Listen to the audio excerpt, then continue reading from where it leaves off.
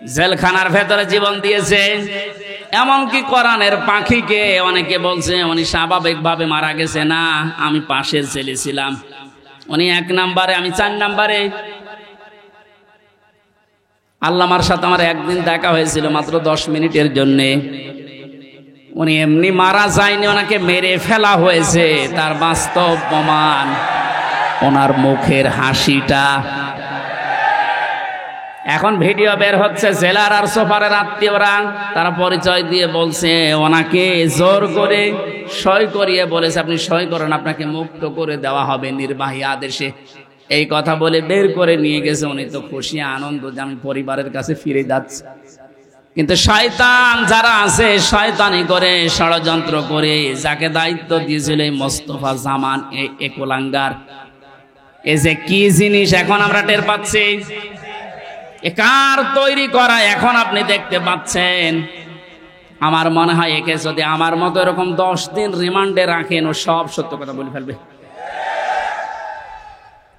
আমার মুখ দিয়ে রিমান্ডে একটা কথা ওরা বের করতে পারেনি। শেষ পর্যন্ত মন মতো লিখে আমাকে বলছে সই করেন, আপনারা ছেড়ে দেওয়া হবে। আমি তো রিমান্ডে বসতাম না যে 164 কি, মনে করলাম ছেড়ে যখন দেওয়া হবে দেই। এখন দেখি সব আমার বিপক্ষে লিখেছে। আমি নাকি দেশের বিরুদ্ধে কথা বলতাম। যতগুলো বক্তব্য দিয়েছি দেশের ভালোবাসার পক্ষে দিয়েছি, কারণ দেশকে ভালোবাসা এটা ইমানের অঙ্গ। আরে মানুষগুলো এটা আমাকে বলে কয়ে নিয়েছে যে বলেন আপনি যে আপনাকে এ দেশের কিছু মানুষ টাকা পয়সা দিয়ে ব্যবহার করে যে আপনি দেশের বিরুদ্ধে, এই সরকারের বিরুদ্ধে, তাহলে আপনাকে ছেড়ে দেব। শেষ পর্যন্ত বলতে রাজি যখন হলাম না, 11 ঘন্টা আমার টাঙিয়ে রেখেছিল কালো কাপড় দিয়ে, চোখ বেঁধে। নিজেরা বলা করতো হুজুর আপনি নির্দোষ আমরা জানি, কিন্তু আপনাকে কথা বলা লাগবে। পেছনে হাত হ্যান্ডকাপ দিয়ে বেঁধে, কালো কাপড় দিয়ে চোখ বেঁধে 11 ঘন্টা এক জায়গায় আমার নামাজও পড়তে দেয়নি। 4 ওয়াক্ত, জোহর, আসর, মাগরিব, এসে আমি সব ইশারায় পড়েছি। এখন নামাজ পড়ছি কম সময়, আমি তাও জানি না, কারণ মাটির নিচে তো।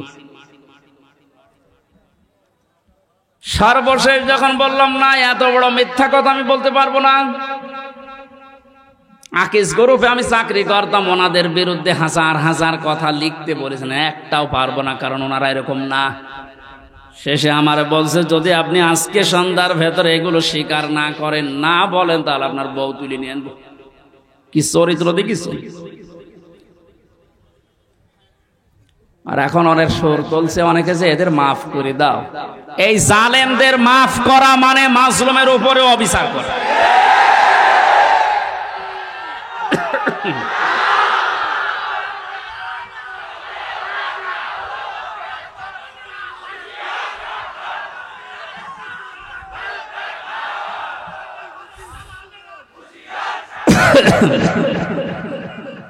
আমার ভাইরা, আপনি আমান আজমের জীবন ফিরিয়ে দিতে পারবেন? ব্যারিস্টার আরমানের স্ত্রীর কাছে আপনি কি জবাব দেবেন বলেন? কোথায় পৌঁছিয়েছেন তার জীবনটা? কি ট্যালেন্টেড সন্তান ছিল মীর কাসেম আলীর। আমি জেলখানায় থাকতে এক কারারক্ষী এসে আমার কুতুবউদ্দিন, ওর বাড়ি রাজবাড়ি, রাত 12টার পরে যখন ডিউটি হয়েছে এসে বলছে হুজুর একটা গোপন কথা বলি, কাউকে যেন বললেন না এখানে, তাহলে আমার সমস্যা হবে। কি হয়েছে বলে, আমি যেদিন দায়িত্বে ছিলাম মীর কাসেম আলীর, যেদিন ফাঁসি হবে লোকটাকে যে বললাম স্যার আর সময় নেই, মাত্র 3 ঘন্টা আছে, আপনি প্রস্তুতি নেন। উনি আমারে বলছে ভাই কারারক্ষী এখনো তো সময় 3 ঘন্টা আছে, আমি 2 ঘন্টা ঘুমাই, তুমি আমারে ডেকে দিও। আল্লাহর কসম, আমি আল্লাহকে সামনে নিয়ে বলছে ও যা যা বলেছে একটাও মিথ্যা কথা না, সবগুলোই এইভাবেই বলেছিল। যে আমি পাহারা দিতে গিয়ে দেখলাম লোকটা ঘুমিয়ে গেল। 2 ঘন্টা পর ওনারে ডাকলাম, ঠিক ঘুম থেকে উঠলো, গোসল করে ওযু করে শেষের নামাজটা শেষ করে একটা চা বানিয়ে বলছে নেন। বললাম স্যার আমি চা খাবো না। আপনার কিছুক্ষণ পরে বলে জানি আমি, আর মাত্র 15 মিনিট আছে। জল্লাদ শাহজাহান এসে গেছে, ডাক দিয়ে নিয়ে যাচ্ছে, বলেন চলেন। উনি আমারে বলছিল, ভাই আমির হামজা, আপনাকে আমি বলি, আমিও তো মানুষ, উনিও মানুষ। মাত্র 3 ঘন্টা জ্বরে পর ফাঁসি, তার 2 ঘন্টা ঘুম আসলো কি করে? এই লোকটার সন্তান ব্যারিস্টার আরমান, উনি কিন্তু ওই সময় জানে যে তার ছেলে গুম হয়ে আছে, মরে গেছে না বেঁচে আছে তাও জানে না। বাংলাদেশ না, বিশ্বের ভেতরে যদি আমার মনে হয় 100 জন মানুষ থাকে যে মানুষকে কর্মসংস্থান তৈরি করে দেয়, তার ভেতরে মীর কাসেম আলী একজন। কত কিছু দুনিয়ায় তার ছড়িয়ে আছে, আপনি হিসাব করতে পারেন কি? হামজার মতো সে, তার স্ত্রী সন্তান কোথায় আছে সে কিচ্ছু জানে না। এই কঠিন মুহূর্তে তার নিজের হাজারো যারা অনুসারী, তার সহকর্মী যারা, হাজার হাজার মানুষ পালিয়ে বেড়াচ্ছে, জেলখানায় আছে, আটক আছে, মরে গেছে, সব কিছু তার কাছে সংবাদ আসতেছে। এমন কঠিন সময়ও লোকটা 2 ঘন্টা ঘুমিয়েছে।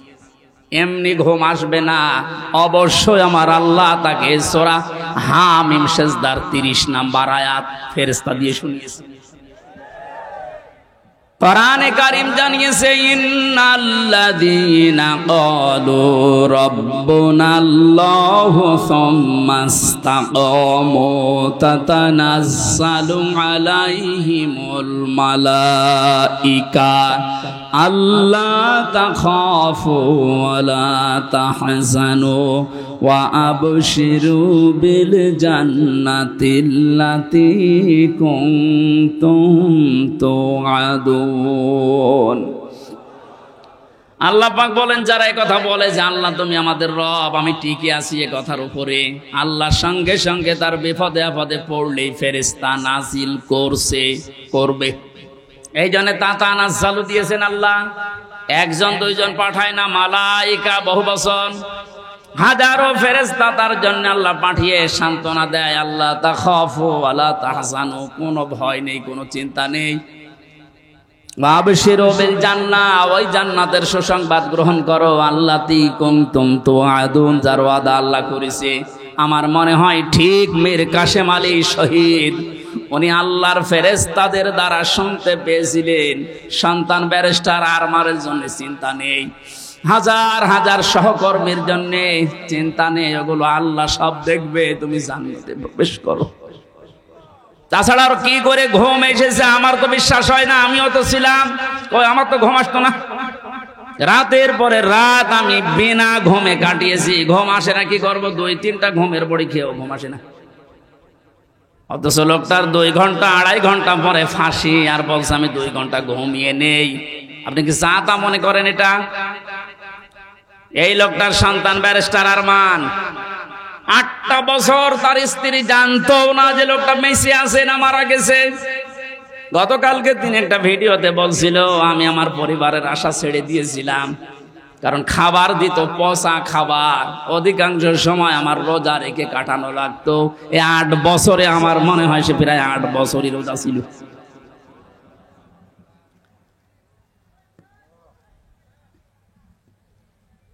কোথায় পৌঁছিয়েছে তারা এই মানুষগুলো? আর উল্টা পাল্টা এখনো পর্যন্ত অনেক জালেমের দোসররা ধারণা করে যাচ্ছে যে কি করেছে যে আমাদের দেশ থেকে তাড়িয়ে দিল। কি করেছেন আপনি টের পাচ্ছেন না?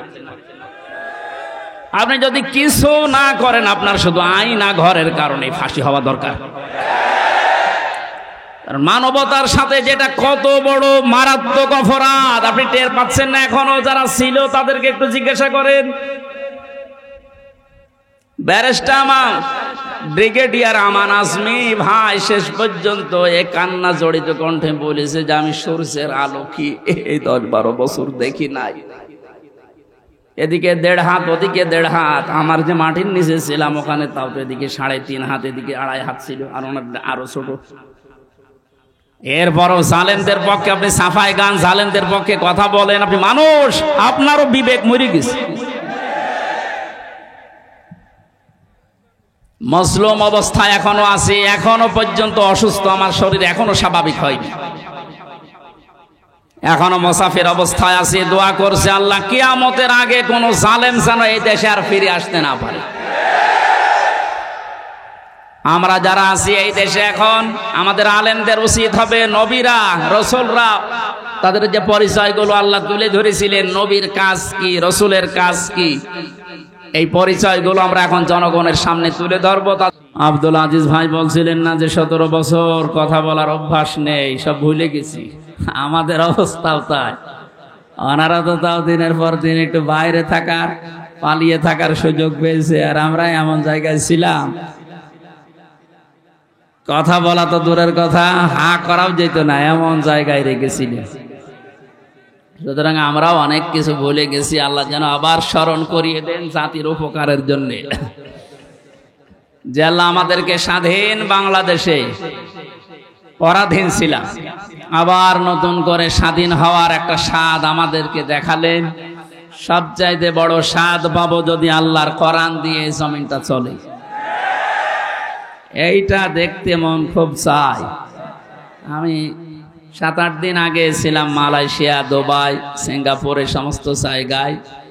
এদের দেশে ইসলাম নেই, কিন্তু ইসলামের নিয়ম নীতিগুলো তারা মানে। 1500 বছর আগে বিশ্বনবী যে জানিয়েছিলেন পবিত্রতা ঈমানের অঙ্গ, এটা শোনেননি কোনোদিন? পাক পবিত্র থাকা এটা ঈমানের অঙ্গ। কোন কোন জায়গায় পেয়েছি এটা ঈমানের অর্ধেক। এই শব্দটা নিয়ে চিন্তা করেছিলাম, কিন্তু এত গুরুত্ব দিয়ে কথা বলার কারণ কি? সিঙ্গাপুরে যে দেখলাম এই হাদিসের বাস্তবতা চলছে।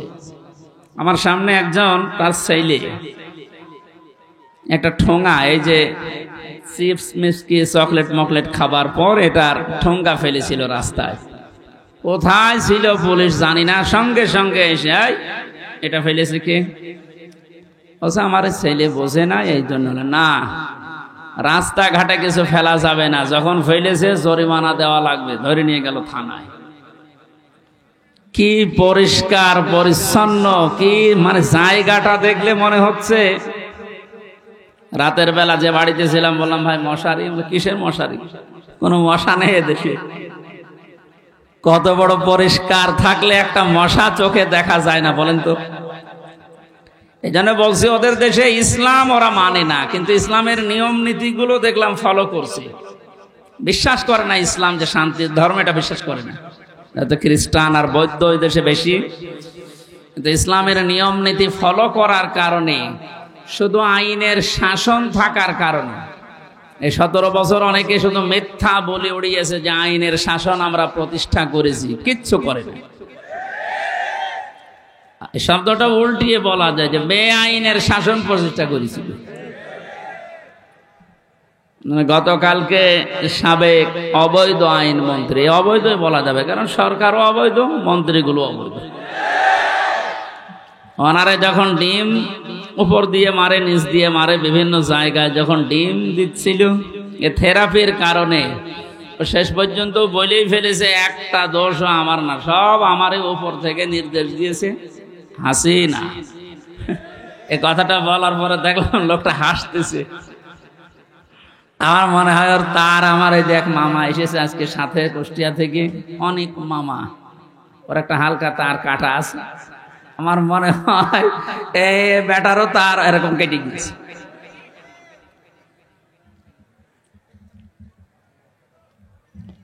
এখন যা যে যারে ধরছে একটু কিছু দিলেই সব ধরছে বর্তাছে আল্লাহর ওলির উপরে। আর যেটার দরবেশ মনে করতাম, এ দরবেশ যে এত খারাপ, দাড়ি কেটে নম হয়ে গেছে।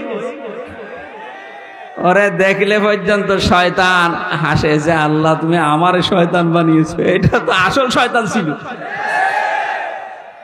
হোসাইন মাওলানা বলছিল না 29,000, না ওটা 36,000। পদ্মা সেতু বানিয়েছে 32,000 টাকা খরচ করে। আর এই লোকটার শুধু বাইরের একটা ব্যাংকেই টাকা পড়ে আছে 36,000 কোটি টাকা। ওই টাকাগুলো ফেরত পেলে বাংলাদেশে আর একটা পদ্মা সেতু বানানো যাবে। মালয়েশিয়ায় দেখলাম এই যে পেনাং থেকে এই আর একটা শহরে যাবার সময় 2টা ব্রিজ পর পর, একটা মনে হয় 8 কিলোমিটার, একটা 17 কিলোমিটার। এই যে বিশাল বিশাল ব্রিজ তারা বানিয়েছে, বাংলাদেশেও সম্ভব, শুধু এই দরবেশদের টাকাগুলো বাইরে থেকে নিয়ে আসা যায়। এই জন্য যারা দায়িত্বে আছেন আহ্বান জানাবো, এসব এ দরবেশ হোক আর ধরবেশ হোক, এদেরকে এভাবে বিভিন্ন জায়গা দিয়ে ডিম যখন দিচ্ছে দিয়ে কি বলবো, এগুলো নিয়ে এই টাকা পয়সাগুলো সব আমাদের দেশে নিয়ে আসেন, এ দেশ ইনশাল্লাহ দাঁড়িয়ে যাবে। আমরা পবিত্র পরিষ্কার পরিচ্ছন্ন হওয়ার কথা বলছিলাম। স্বাধীন দেশে যেহেতু এখন আছি, চর্মচোখে 52 বছর 53 বছর তো আমার বয়স না, আমার বয়স 32-33 বছর। এখানে যারা আছে এরকম বহু বয়সের মানুষ আছে, এ মানুষগুলো সহ আমরা দেখেছি এই 52 বছর বিভিন্ন মানুষের দেশটা চালিয়েছে, কিন্তু কাঙ্ক্ষিত মানের শান্তি আমরা এখনো পাইনি। এখন শুধু বাকি আছে যে কোরআন দিয়ে চললে কেমন দেখা যায় এটা দেখতে বাকি আছে। এটা আমরা দেখতে চাই কিনা? এটা তো এমনি এমনি হবে? কথা শেষ করি ভাই। এমনি এমনি শুধু দোয়া করি হবে? কাজ করা লাগবে না? সুতরাং কোরআন দিয়ে চালাবে যারা, এরকম মানুষগুলোকে আজ আমরা ওখানে পাঠাতে চাই আর দেখতে চাই চর্মচোখে। আল্লাহ আমাদেরকে তুমি একটু দেখার তৌফিক দাও যে জমিনটা কোরআন দিয়ে চলছে। দল মত নির্বিশেষে আমরা এই অনুষ্ঠানে ইবাদত মনে করে এসেছি। বলেন তো আলহামদুলিল্লাহ। তাআওয়ানু আলাল বিররি ওয়াত তাকওয়া ওয়া লা তাআওয়ানু আলাল ইসমি ওয়াল উদওয়ান। আল্লাহর ঘোষণা, এই পৃথিবীতে তোমরা ভালো কাজে, নেক কাজে একে অন্যকে সাহায্য করো, অন্যায় কাজ করবা না, অন্যায় কাজে সাহায্য সহযোগিতা করবা না। আজ আমরা আহ্বান জানাচ্ছি, রাষ্ট্র যেহেতু সংস্কার আরম্ভ হয়ে গেছে বা চলছে, আমরা সব জায়গায় ইসলাম দিয়ে সংস্কার করতে চাই। নবীর উপরে দরুদ আর সালাম পাঠ করার মাধ্যমে তেলাওয়াতকৃত আয়াত থেকে যেটা লিখে দিয়েছেন এর উপরে ভিত্তি করে আমরা তাফসিরুল কোরআন মাহফিলে তাফসির আকারে কথা বলতে চাই ইনশাআল্লাহ। জবান খোলে কোরআনে কারিম থেকে। আমি যেহেতু 8-9 দিন ছিলাম, মাওলানা মিজানুর রহমান আজহারি ভাই, এরপরে ডেভিড লিও নামে একজন আছে ইসলামিক চিন্তাবিদ স্কলার, অনেক দামি লোক। এরপর ডক্টর জাকির নায়েক সাহেবের সাথে দেখা হয়নি, হওয়ার কথা ছিল। এ মানুষগুলোর কাছে মিশে আমি যেই কয়দিন ছিলাম, আমি সবচাইতে বড় বিষয় পেয়েছি, ওনারা আলেমদের কিছু দায়িত্ব কর্তব্য, যেহেতু ওনারাও মজলুম মানুষ, আসবে, দেশে ফিরে আসবে। মিজান ভাই জানিয়েছে আমি কিছুদিনের ভেতরে এই দেশে যাব। আমি বলেছিলাম ভাই দেশে আসার পরে কুষ্টিয়া, আমার জন্মভূমি কুষ্টিয়াতে কোরআনের কথাগুলো চলে না, কারণ যে দুইজন শয়তান এই বাংলাদেশে আল্লাহ পাঠিয়েছে ওই জেলায়, আমার জন্মভূমি, তারপরও আমারে বলতো না। এই যে খুলনা বিভাগের 10-11টা জেলা, একটাতেও আমারে কথা বলতে দিত না। যাওয়ার আগে 144 ধারা জারি হয়ে যেত। এখন যেহেতু সুযোগ এসেছে, ওনাকে বললাম আমার কুষ্টিয়া দিয়ে আপনি কোরআনের কথাগুলো আরম্ভ করবেন। উনি সময় দিতে চেয়েছি, দেখি দেশে আসুক ইনশাআল্লাহ। বাংলাদেশের প্রত্যেকটি জায়গা তখন আর জামাতের প্রোডাক্ট কেউ বলতে পারবে না, যারা বলতো তারা এখন কবরে। আল্লাহ রাব্বুল আলামিন তার কোরআনে কারিমকে যেন উন্মুক্ত করে দেন দেশের জন্য এবং প্রতিষ্ঠা করে দেন। বলেন আমিন। সূরা আরাফ কোন সূরা বলেন তো? 157 নম্বর, একটা মাত্র আয়াতের 4 ভাগের 1 ভাগ আমরা পড়েছি। বিশ্বনবীর হাদিস লক্ষ লক্ষ, সেখান থেকে একটা হাদিস নবীজির জামাই হযরতে আলীর বর্ণনা করা, যোগের সাথে মিলিয়ে আমরা তেলাওয়াত করলাম। এই দুইটাকে সামনে রেখে কোরআন যেভাবে তাফসীর করা লাগে হক আদায় করে চেষ্টা চালাচ্ছি ইনশাআল্লাহ। এটা যেহেতু মমতাজের কনসার্ট না, আর সে মহিলার এখন আর কনসার্ট করা সম্ভব না, কারণ তারও দোলাদুলি এখন আর কেউ দেখতে চায় না, ও ফেটেও আর কারো যাচ্ছে না। ফেটে যাচ্ছে না, এখন সারা বাংলাদেশে শুধু আল্লাহর কথা হবে। কারণ মানুষের জিকির করে আমরা বহু দেখেছি, একটা মানুষের আলোচনা, একটা মানুষের জিকির যে পরিমাণ হয়েছিল, যদি আল্লাহর জিকির ওই পরিমাণ এই দেশে হতো, আমরা আল্লাহর ওলি হয়ে যেতাম। আল্লাহরও মনে হয় সহ্যের বাইরে চলে গেছে, নাই তো এত অপমান তো আমি ফেরাউনকেও হতে দেখিনি। আমি তার জীবনী পড়েছি, তাহলে এত অপমান হয়নি। আল্লাহ রাব্বুল আলামিন কোরআনে কারীম কিভাবে মানুষের সামনে উপস্থাপন করা লাগে এটা আমাদের শিখিয়েছেন ১৫০০ বছর আগে। আমরা আল্লাহর ওই ধরনটা সামনে নিয়ে আসি, নাকি আমার মন মতো বলবো না। আল্লাহ পাক বলেন, কিতাবুন উনজিলা ইলাইকা ফালা ইয়াকুন ফি সাদরিকা হারাজুম মিনহু লিতুনযিরা বিহি ওয়া যিকরা লিল মুমিনিন। আল্লাহ বলেন, এই একটা কিতাব, পৃথিবীতে একটাই মাত্র কিতাবের নাম আল্লাহ জানিয়েছেন, তার নাম কোরআন শরীফ। এজন্য কবরে যাবার পর মানুষকে যখন জিজ্ঞাসা করা হবে, মার রব্বুকা, তোমার রব কে? লোকটা যদি বলে রব্বি আল্লাহ, আমার রব আল্লাহ, সঙ্গে সঙ্গে ফেরেশতারা জিজ্ঞাসা করবে, মা দীনুকা, তোমার জীবন ব্যবস্থা কি? লোকটা যদি বলে দীনুন আল ইসলাম, সঙ্গে সঙ্গে ফেরেশতা বলবে, মান হাজার রজুল, এই লোকটা কে ছিল? লোকটা যদি বলেও ফেলে, হাজা নাবিয়ুনা মুহাম্মাদুর রাসূলুল্লাহ সাল্লাল্লাহু আলাইহি সাল্লাম, সঙ্গে সঙ্গে ফেরেশতারা আর একটা বলবে, এই কথাগুলো তুমি পেয়েছো কোথায়? কথা বুঝতেছে? আপনি পৃথিবীর কোন বইয়ের নাম, কিতাবের নাম বললে ফেরেশতারা কিন্তু ওগুলো চিনবে না। আপনাকে সঙ্গে সঙ্গে জবাব দিতে হলে বলা লাগবে, আমি কোরআনে পেয়েছি। কারণ ফেরেশতারা এই একটা কিতাব চেনে। আল্লাহ জানে কিতাব দিয়েছেন, এই একটা কিতাব, এমন দামি কিতাব, এটা আল্লাহর পক্ষ থেকে এই পৃথিবীতে আল্লাহ নিজে পাঠিয়েছেন। নবীজি এই কিতাবুন শব্দটার ব্যাখ্যা করতে গিয়ে হাদিসে জানিয়েছেন, মানিত্তাবাল হুদা বিগাইরিল কোরআন আদাল্লাহুল্লাহ। তিরমিজি শরীফের হাদিস। এখানে ডিস্টার্ব হচ্ছে, বাতাস লাগবে না, অ্যাক্টিভ হয়ে শুনবেন। আমি কিন্তু প্রশ্ন করবো, এটা ক্লাস চলছে না? ক্লাসের পরে যে প্রশ্ন করা হয় আমি কিন্তু সামারাইজ করে প্রশ্ন দেব। আন্দাজে শুনতে এসেছেন না? আল্লাহর নবীর এই কথার ভেতর থেকে দুইটা শিক্ষা আমি পেয়েছি। নবীজি জানিয়েছেন, কোরআনে কারীম বাদ দিয়ে পৃথিবীর কোন জায়গায় যদি কেউ ভালো হওয়ার নিয়তে, হেদায়েত পাওয়ার নিয়তেও যায়, আল্লাহ নিজে দায়িত্ব নিয়ে তাকে গোমরা করে দেয়। আমার কথার অর্থ বোঝেন? নবীজির হাদিসের শেষ অংশ ছিল আদাল্লাহুল্লাহ, আদাল্লাহ ইউদিল্লু, সুলাসি মুজাররাদ থেকে এসেছে। শব্দটা যদি ভাবে ইফআল থেকে নবীজি বলতেন যে দল্লা, আদাল্লাহ ইউদিল্লু, ভাবে ইফআল থেকে শব্দটা আসা, নবী দল্লা ইয়াদিল্লু বলতে পারতেন। দল্লা ইয়াদিল্লু এ শব্দ দিলে বাংলা অর্থ হতো, আপনি নিজেই নিজেকে খারাপ বানিয়ে ফেলেছেন, আপনি নিজের জন্য নিজে দায়ী, আর কেউ দায়ী না। কিন্তু আদাল্লাহ শব্দ যখন আসবে, বাংলা অর্থ তখন হবে, আপনার হয়তো নিয়ত ভালো ছিল, আপনি কোন জায়গায় গিয়েছিলেন যে ভালো হয়ে যাব, কিন্তু কোরআন সেখানে ছিল না। এই জন্য আল্লাহ রাগ করে নিজে দায়িত্ব নিয়ে আপনাকে আরো খারাপ বানিয়ে দেবে।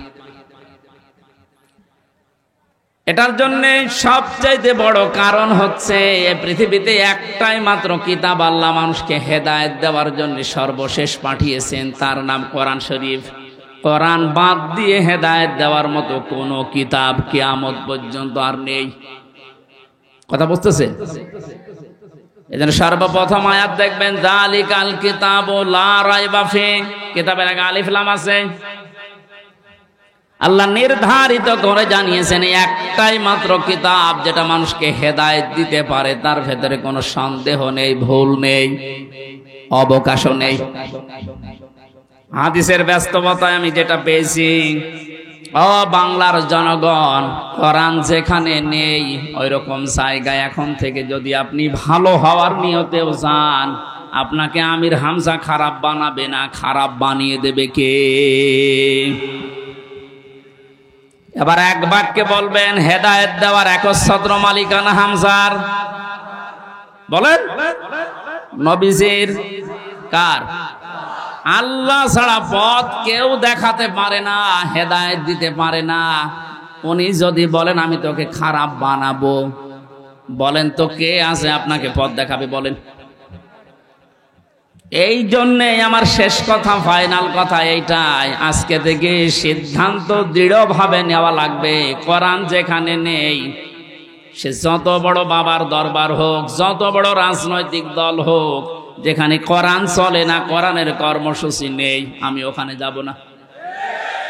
ওখানে যদি আমি ভালো হওয়ার নিয়তেও থাকি, তাহলে আমারে খারাপ বানিয়ে, গোমরা বানিয়ে জাহান্নামে পাঠাবে কে?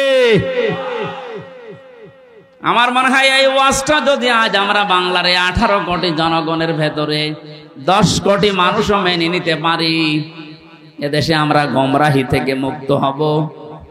আল্লাহ রাব্বুল আলামিনের হেদায়েত আমাদের জন্য আম হয়ে যাবে। আশা করছি আপনি কথাটা মেনে নেবেন আপনার প্র্যাকটিক্যাল জীবনে, যে কোরআন যেখানে নেই ওই রকম দলে আমি আজকে থেকে আর নেই। এটা শুধু সামিয়ানার নিচ পর্যন্ত শেষ, বাইরে নিয়ে যাবেন তো? যেখানে কোরআন নেই, তাহলে যদি আপনি জানো ভালো হওয়ার নিয়ত আপনার ছিল, কিন্তু আপনাকে আল্লাহ ভালো রাখবে না। শ্বশুরকে মানুষ অনেকে বাবা বলে ডাকে, এটা হারাম না, জায়েজ আছে, কিন্তু নিজের বাবার সামনে যদি বারবার শ্বশুরকে আব্বাজান বলেন, লোকজন জিজ্ঞাসা করে এইটাকে, এটা আমার শ্বশুর আব্বা, আর এইটা চিনি না, বাবার রাগ হবে না? বাবা বলা জায়েজ আছে বলে আপনি একেবারে সব সময় মুখে ফেনা তুলে ফেলবেন আব্বাজান বলে, আসল যেটা জন্মদাতা বাবা, ওর কোনো খবর নেই।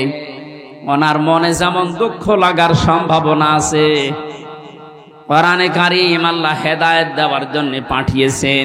এইটা বাদ দিয়ে সত্যি যদি আপনি কোনো জায়গায় আপনার নিয়ত ভালো নিয়েও যান, আল্লাহ কিন্তু দায়িত্ব নিয়ে আপনাকে খারাপ বানিয়ে দেবে।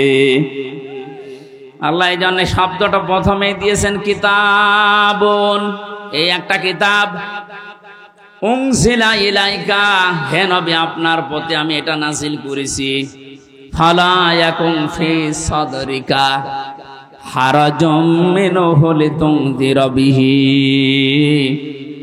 এই কিতাব দিয়ে যখন ওয়াজ করবেন, এই কিতাব দিয়ে আপনার উম্মতদেরকে যখন সতর্ক করবেন, তখন আপনার মনের ভেতরে যেন কোনো সংকীর্ণতা না আসে। হারাজন শব্দের ব্যাখ্যা পেয়েছি আমি তাফসিরে 2টা, একটু খেয়াল করেন। 1 নম্বরে কোরআনে কারীম দিয়ে যখন আপনি মানুষকে বোঝাবেন, তাফসির করবেন, ব্যাখ্যা বিশ্লেষণ দিবেন, তখন আপনার মনের ভেতরে যেন এই ধারণা না আসে, না জানি অনেকের আবার মন খারাপ হয় কিনা। এরকম মানুষের দেশে ছিল না, কোরআন দিয়েই বলতো কিন্তু কেটে যেত, চেপে যেত, গোপন করতো, মনে মনে ভাবতো সব যদি কোরআনের কথা ওপেন ভাবে এভাবে খোলাখুলি বলি, সবার মন পাওয়া যাবে না, অনেকে আমার উপর মন খারাপ করবে। এই জন্য নবীজিকে আল্লাহ প্রথমে এই শব্দ দিয়ে জানিয়েছেন, আপনি যখন কোরআন প্রচার করতে যাবেন, তখন আপনার মনের ভেতরে যেন কোনো সংকীর্ণতা কাজ না করে, যে কে কি বলল। 2 নম্বরে, আবহমান কাল থেকে অনেক নিয়ম নীতি ইসলাম মনে করে মানুষ পালন করে আসছে। আপনি যখন কোরআনে কারীমের কথাগুলো সঠিকভাবে তুলে ধরবেন, ওইগুলো টিকবে না, এমনি কেটে যাবে। তখন হয়তো অনেকের মন খারাপ হবে, আপনি সবার মন তো পাবেন না। এই জন্য আপনাকে বলছি, কে কি মনে করবে বলবে, কারো দিকে তাকাবেন না। আপনার মনও যেন ছোট না হয়, সংকীর্ণ না হয়। সঠিক কথাগুলো তুলে ধরার দায়িত্ব আপনার, আর হেদায়েত দেওয়ার দায়িত্ব আমি আল্লাহর। যিকরা লিল মুমিনিন, কোরআন শরীফ আমি আল্লাহ দিয়েছি মুমিনদের জন্য, এটা উপদেশ। এই আয়াতটা সামনে রেখে আজকে আমরা তেলাওয়াত কিন্তু আয়াতের তাফসীর করব ইনশাআল্লাহ। এবার বলি আমরা, আউযু বিল্লাহি মিনাশ শাইতানির রাজীম, বিসমিল্লাহির রহমানির রহিম, আল্লাযীনা ইয়াত্তাবিউনার রাসূলান নাবিয়্যাল উম্মিয়্যাল্লাযী ইয়াজিদুনাহু মাকতুবা। সাদাকাল্লাহুল আযীম। কোন সূরা বলেন তো? আরাফ। আরাফ মানে? আরাফ মানে প্রাচীর। আরাফ মানে কি? বিভিন্ন অর্থ আছে। আরাফের অন্যতম অর্থ হচ্ছে আরাফ মানে প্রাচীর। কিয়ামতের দিন আল্লাহ জান্নাত জাহান্নামের মাঝে একটা প্রাচীর দাঁড় করাবেন। কিছু মানুষকে আল্লাহ ওই জায়গায় বসাবে, জান্নাতেও দেবে না জাহান্নামেও দেবে না, ওখানে স্টিল তারা বসে থাকবে, দাঁড়িয়ে থাকবে। এই খেয়াল করে, এদিকে এত নড়াচড়া কি সমস্যা কি? এদিকে আসার দরকার নেই। দেখেন তো উনি কি বলে, দেখেন না, উনি কে বলো হয়েছে, ঠিক আছে যা।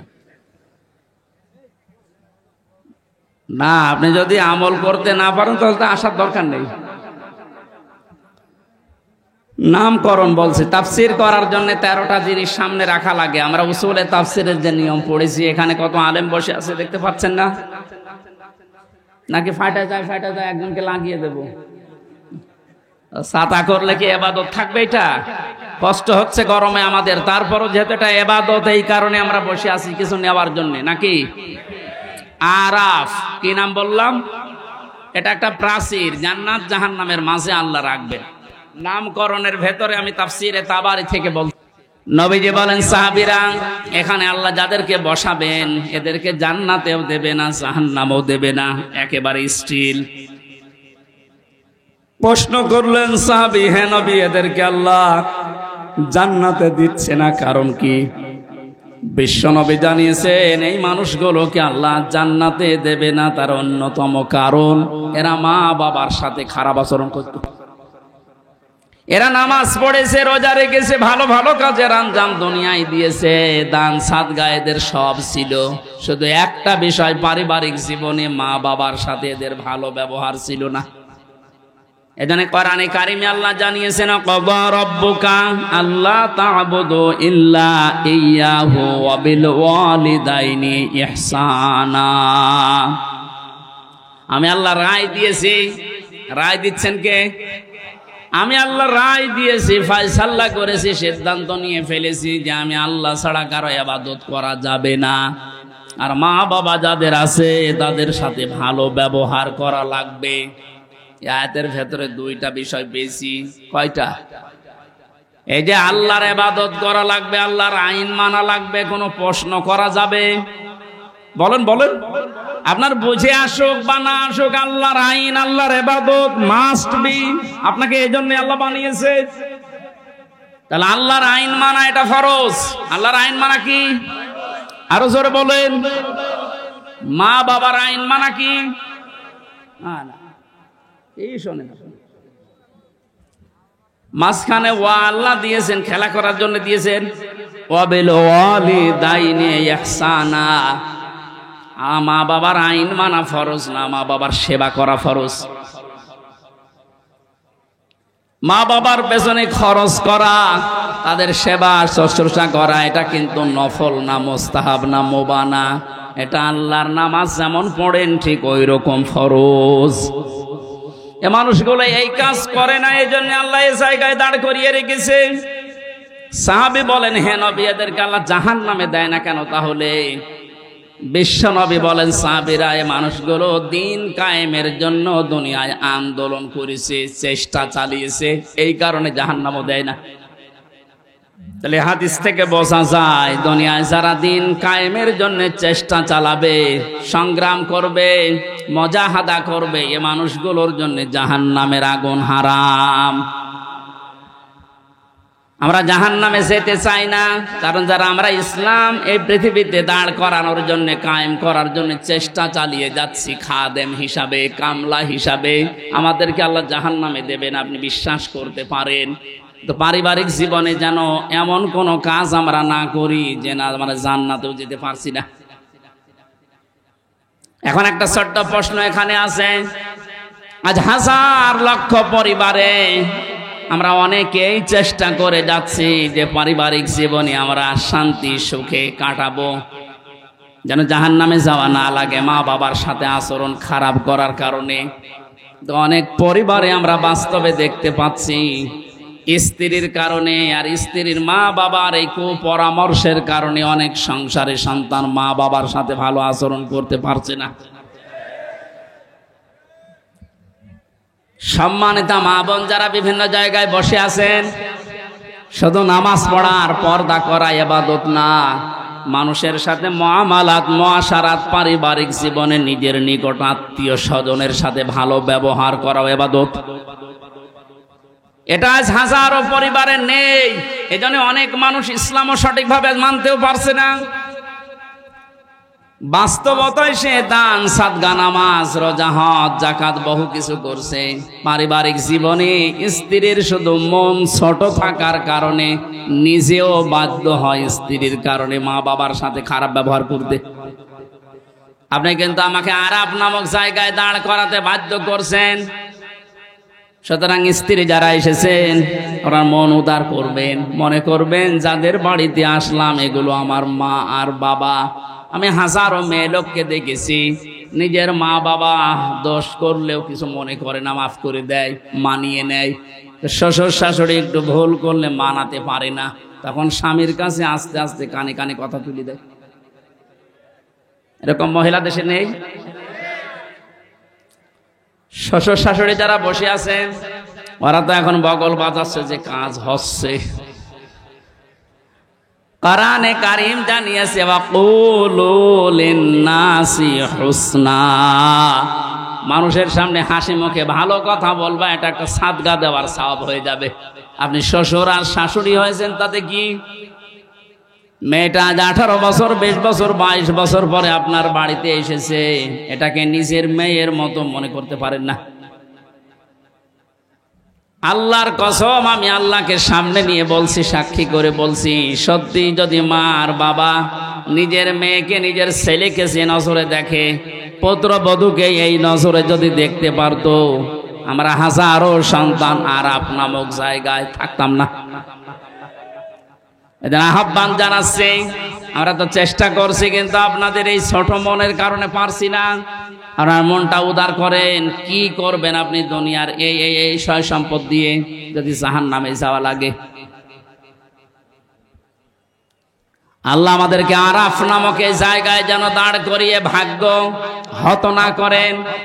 নবীজি কিন্তু হাদিসের শেষে আর বলেননি যে এরা যাবে কোথায়। বলেন তো এই হাদিসে পর্যন্ত থাকলে কি দাঁড়াচ্ছে অর্থ? জান্নাতেও যেতে পারছি না শুধুমাত্র এই কারণে, জাহান্নামও আল্লাহ দিচ্ছে না আমি ইসলামী আন্দোলন করার কারণে। অথচ এই জায়গায় যদি দাঁড়িয়ে থাকা লাগে আবাদান আবাদান, আমার মতো হতভাগ্য মানুষ আর আছে। আল্লাহ আমাদেরকে হেফাজত করুন, বলেন আমিন। মক্কায় নাজিল হয়েছে সূরাটা, 206টা আয়াত আছে, 20টা 16টা রুকু আছে। ক্রমিক নাম্বার হিসাবে কোরআনে কারিমের এটা 7 নাম্বার সূরা। মাত্র একটা আয়াতের 4 ভাগের 1 ভাগ পড়েছি। আয়াতের ভেতরে 3টা বিষয় আমরা আলোচনা নিয়ে আসব। 1 নম্বরে আমাদের নবী মুহাম্মদ রাসূলুল্লাহর 3টা গুণ আল্লাহ দিয়েছেন। কয়টা? যেহেতু বর্তমান প্রেক্ষাপটের সাথে আয়াতের একেবারে হুবহু মিল আছে। 2 নম্বরে আল্লাহর নবীর কর্মসূচি ছিল এই দুনিয়ায়, আয়াতের ভেতর থেকে আমরা 6টা পেয়েছি। কয়টা?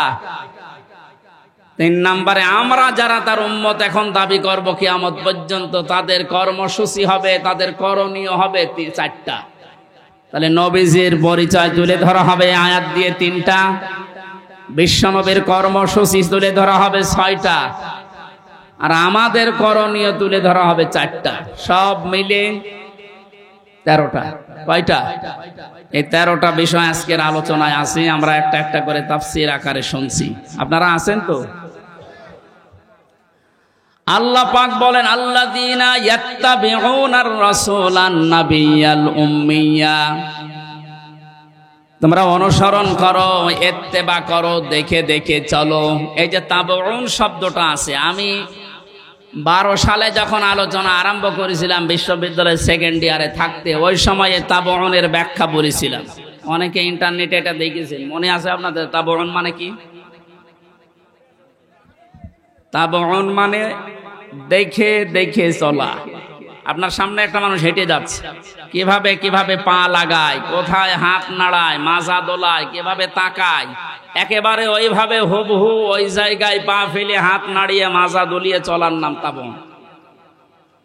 আল্লাহ পাক এখানে ইত্তেবা দিয়েছেন, আল্লাযীনা যারা ইয়াত্তাবিউনা অনুসরণ করছে, করবে। এটা মুজারে, বর্তমান, ভবিষ্যৎ, প্রেজেন্ট, ফিউচার। কার অনুসরণ করছে, করবে? রাসূলান নাবিয়্যাল উম্মিয়া, বিশ্বনবীর পরিচয় আল্লাহ এখানে দিয়েছেন তিনটা। এক নম্বরে রসুল ছিলেন তিনি, দুই নম্বরে তিনি ছিলেন নবী, তিন নম্বরে তিনি ছিলেন উম্মি। এবার আসেন তো, রসুল কাকে বলে, নবী কাকে বলে, উম্মি কাকে বলে? এ পৃথিবীতে বহু নবী এবং রসুলের কথা আমরা শুনেছি। 1,24,000 নবী রসুলের কথা আমরা জানি। পৃথিবীতে আল্লাহ মানুষকে হেদায়েত দেওয়ার জন্য, পথ প্রদর্শন করার জন্য পাঠিয়েছেন। এতগুলো নবীর জীবনী, কর্ম পদ্ধতি বলতে বলতে তো সময় চলে যাবে। আমি গুরুত্বপূর্ণ কয়েকটা নবীর জীবনী থেকে বলছি। যত নবীকে আল্লাহ দুনিয়ায় দাওয়াতি কাজ করতে পাঠিয়েছিলেন, সবচাইতে বেশি কষ্ট সহ্য করেছিলেন হযরতে মুহাম্মাদুর রাসূলুল্লাহ। এনার পরে যার নামের তালিকা পাওয়া যায় তিনি হযরতে ইব্রাহিম আলাইহিস সালাম। এনার পরে যার নামের তালিকা আছে হযরতে নূহ আলাইহিস সালাম।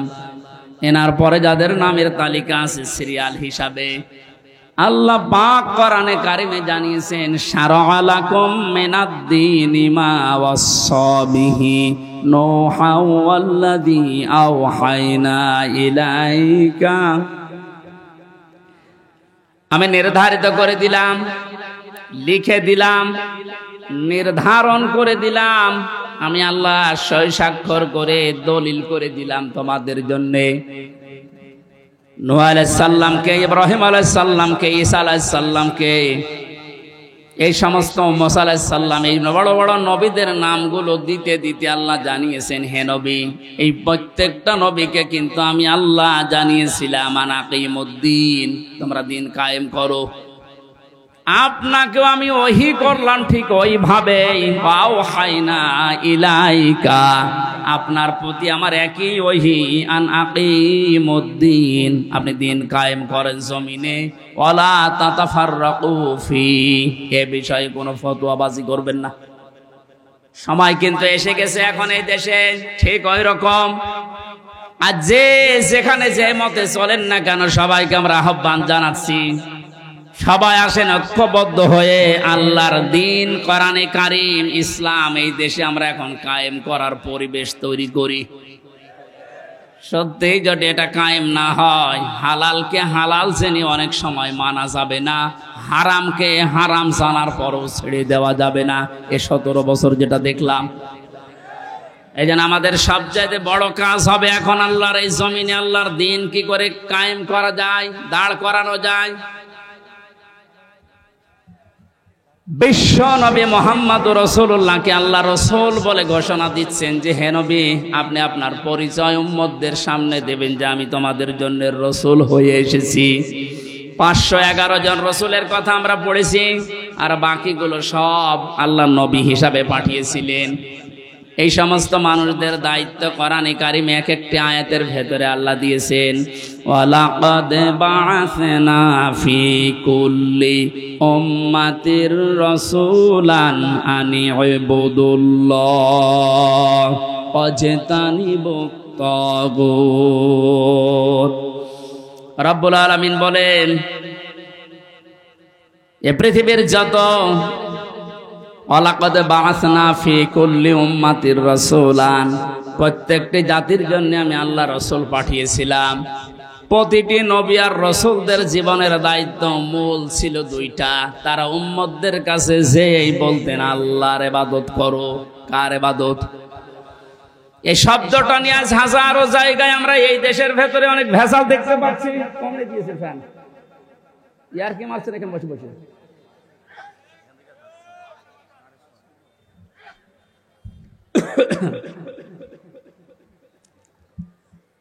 এই যে ইবাদত, এই শব্দটা ব্যাপক অর্থবোধক একটা শব্দ। এটা নিয়ে আজ হাজারো ঝামেলা ভেজাল তৈরি করে শব্দটাকে আজ কলঙ্কিত করে ফেলেছে অনেকে। এই জন্য সতর্ক হওয়ার সময়, সংস্কারের সময় যখন চলছে, আমরা এখন সতর্ক এবং সংস্কার এই মন নিয়ে আমরা ইবাদত করব। আমার ইবাদতের ভেতরে যেন কোনো ভেজাল না আসে। গাড়ি গাড়ি ইবাদত করা লাগবে, কোরআনে আল্লাহ এমন দেয়নি। ইবাদত করো, আখলিস দীনাকা ইয়াকফিকাল আমালুল কলিল। তোমার ঈমানটা যদি খাঁটি হয়, কাজকর্ম আমল যদি কম হয়, আমার আল্লাহ মাফ করে দেবে। আমাদের অনেকের কাজ কারবার দরবেশ বাবার মতো গাড়ি গাড়ি দেখতে পাচ্ছি। ওর একটা বক্তব্য শুনেছিলাম কয়েকদিন আগে, ও বলেছে কোরআনেও সমস্যা আছে। এই নামটা নিয়ে, আহলে হাদিসের নাম নিয়ে অনেক মানুষ আজ মানুষকে ধোঁকা দিচ্ছেন। আহলে হাদিস এই শব্দটা খারাপ না, কিন্তু শব্দটা নিয়ে আজ ধোঁকা দিয়ে বোকা বানিয়ে অনেকে এখনো পর্যন্ত জালেমদের পা চাটতেছে। কালকের বক্তব্য ছিল একজনের রফিক নামে, আমি নাম নিয়েছি এই কারণে চেনার জন্য। এই লোকটা জানাচ্ছে এখন জনগণকে, আবু সাইদ নামে এই ছেলেটা শহীদ হয়নি, ও নিজে আত্মহত্যা করেছে।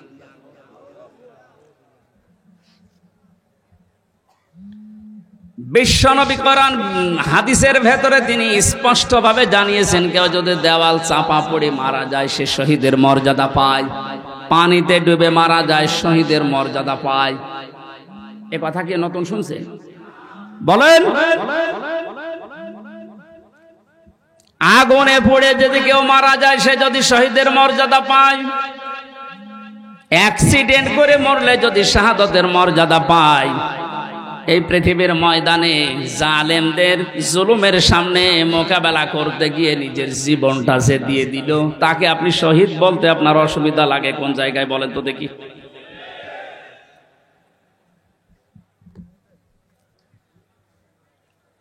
এবার আমার দুইটা নোটিশ বলছে, যেহেতু এই শব্দটা শুনি আজ 2 দিন ধরে অনেক জালেমের দোসর যারা, তারা এখনো পর্যন্ত অপপ্রচার চালাচ্ছে এদের বিরুদ্ধে। এই জন্য 2টা নোটিশ বলছি। সূরা বাকারার 154 নম্বর আয়াত, 2 নম্বর পারা, 2 নম্বর পৃষ্ঠা, 12 নম্বর 13 নম্বর লাইনে আছে, ভালো করে মিলাবেন। আল্লাহ পাক বলেন, ওয়ালা তাকুলু লিমান ইয়ুকতালু ফি সাবিলিল্লাহি আমওয়াত বাল আহইয়াউ ওয়ালাকিন লা তাশউরুন। আপনি হয়তো এভাবে এতদিন চিন্তা করেননি, যেভাবে আমি বলছি মিলিয়ে দেখেন। আল্লাহ বলেন, ওয়ালা তাকুলু, হে পৃথিবীর লোকেরা, কেউ এ কথা মুখ দিয়ে বলবা না। কথা বলে মানুষ কি দিয়ে? বলো না কেন? এজন্য মুখের ওপর আল্লাহ নোটিশ দিয়েছেন, কেউ এ কথা বলবা না। 1জন 2জন না, কেউ বলবা না, বহু বচন। লিমান ইয়ুকতালু ফি সাবিলিল্লাহি আমওয়াত, আমি আল্লাহর জন্য, মানবতার জন্য যারা জীবন দিয়ে গেল, এ মানুষ মরে গেছে, এ কথা বলবা না। বাল আহয়াউন, বরং তারা জীবিত। ওয়ালাকিন লা তাশউরুন, কিন্তু তোমরা টের পাও না। এটা তো মুখের উপর আল্লাহ দিলেন, মানুষ মুখের পরে অন্তরেও ধারণা করতে পারে। ধারণা করা কি দিয়ে? অন্তর দিয়ে মানুষ যেন ধারণাও না করে যে তারা শহীদ হয়নি, তারা এমনি মারা গেছে, কথা যেন ধারণাও না করে। সূরা আলে ইমরান 4 নম্বর পারার 11 নম্বর পৃষ্ঠার 9 নম্বর লাইনের 159 নম্বর আয়াতে আল্লাহ 69 নম্বর আয়াতে আল্লাহ জানিয়েছেন, ওয়ালা তাহসাবান্নাল্লাযীনা কুতিলু ফি সাবিলিল্লাহি আমওয়াতা বাল আহয়াউন ইনদা রাব্বিহিম ইরযাকুন। খুব খেয়াল করেন, অন্তর দিয়েও কেউ যেন ধারণা না করে যে ওরা মারা গেছে। আল্লাহ পাক বলেন, ধারণাও কোনোদিন করবি না যে ও মরে গেছে না। কারণ জীবন জালেমের সামনে নিজের জীবন দিয়ে দেওয়া তো সহজ কথা না। ওরা কিন্তু জীবিত আছে, ওরা জিন্দা।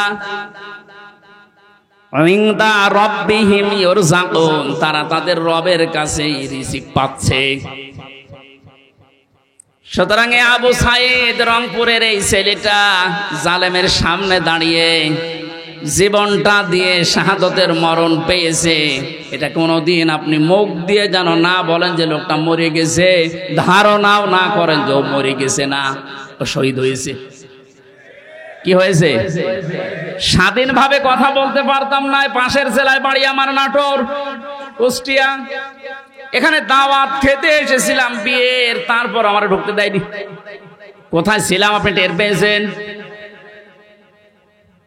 স্বাধীনতা পরাধীনতা কি আমরা 17 বছর টের পেয়েছি। স্বাধীনভাবে চলাফেরা করার, বাক স্বাধীনতা ফিরিয়ে দেওয়ার জন্য যে মানুষগুলো জীবন দিয়েছে, মাস্ট বি 100 ভাগ আমি বিশ্বাস করি ওরা সব শাহাদতের মর্যাদা পেয়েছে।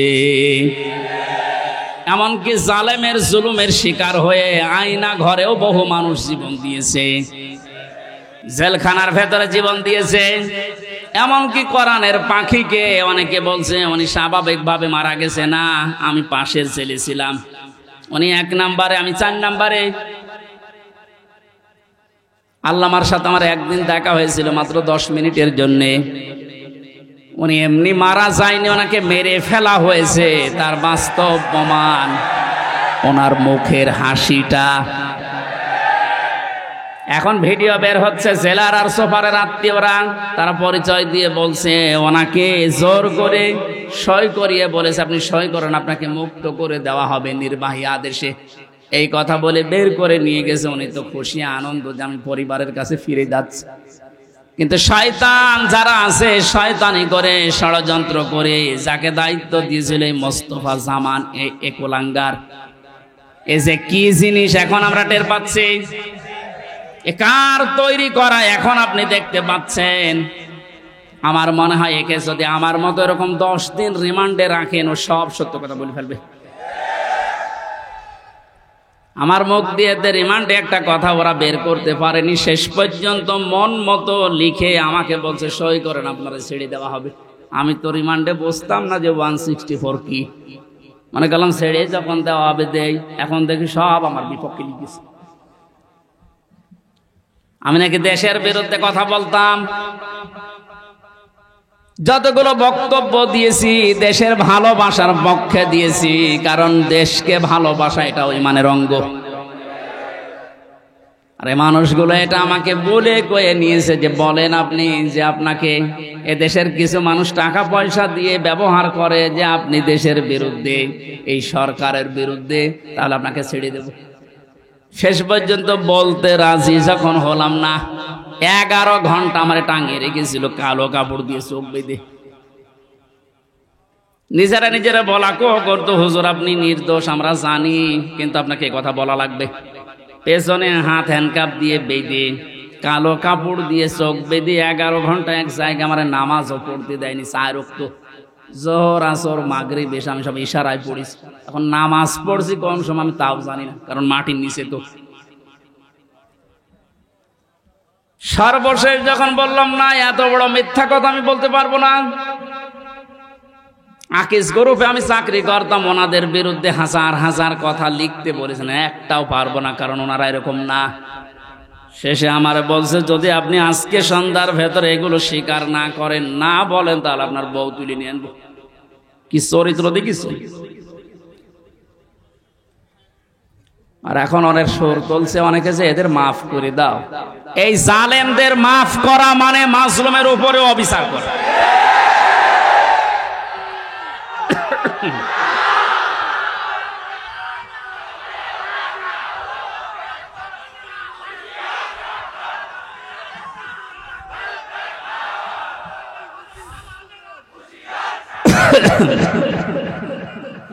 আমার ভাইরা,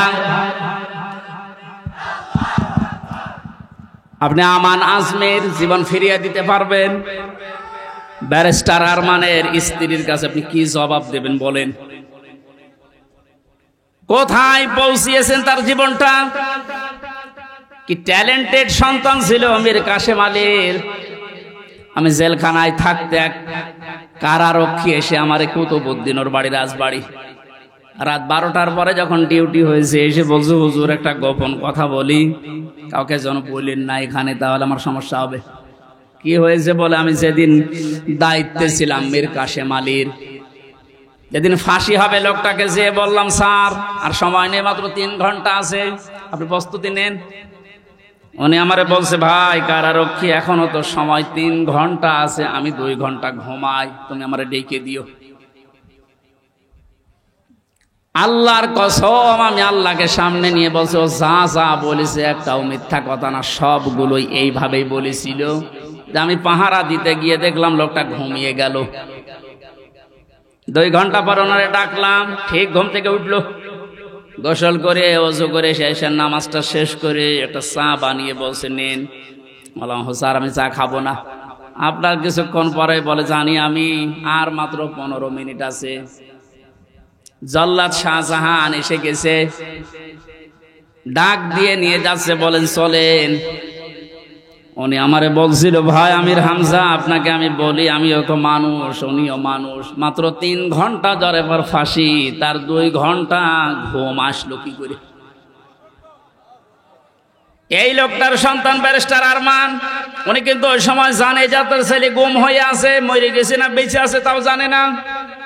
বাংলাদেশ না, বিশ্বের ভেতরে যদি আমার মনে হয় 100 জন মানুষ থাকে যে মানুষকে কর্মসংস্থান তৈরি করে দেয়, তার ভেতরে মীর কাশেম আলী একজন। কত কিছু দুনিয়ায় তার ছড়িয়ে আছে, আপনি হিসাব করতে পারেন কি? হামজার মতো সে, তার স্ত্রী সন্তান কোথায় আছে সে কিচ্ছু জানে না। এই কঠিন মুহূর্তে তার নিজের হাজারো যারা অনুসারী, তার সহকর্মী যারা, হাজার হাজার মানুষ পালিয়ে বেড়াচ্ছে, জেলখানায় আছে, আটক আছে, মরে গেছে, সব কিছু তার কাছে সংবাদ আসতেছে। এমন কঠিন সময়ও লোকটা 2 ঘন্টা ঘুমিয়েছে। এমনি ঘুম আসবে না, অবশ্যই আমার আল্লাহ তাকে সূরা হামিম সেজদার 30 নম্বর আয়াত ফেরেশতা দিয়ে শুনিয়েছে। কোরআনে কারীম জানিয়েছে, ইন্নাল্লাযীনা ক্বালু রাব্বুনাল্লাহু সুম্মা ইসতাকামু তাতানাজ্জালু আলাইহিমুল মালাইকা আল্লা তাখাফু ওয়া লা তাহজানু ওয়া আবশিরু বিল জান্নাতিল্লাতী কুনতুম তুআদুন। আল্লাহ পাক বলেন, যারা এই কথা বলে যে আল্লাহ তুমি আমাদের রব, আমি টিকে আছি এই কথার উপরে, আল্লাহর সঙ্গে সঙ্গে তার বিপদে আপদে পড়লেই ফেরেশতা নাজিল করবে।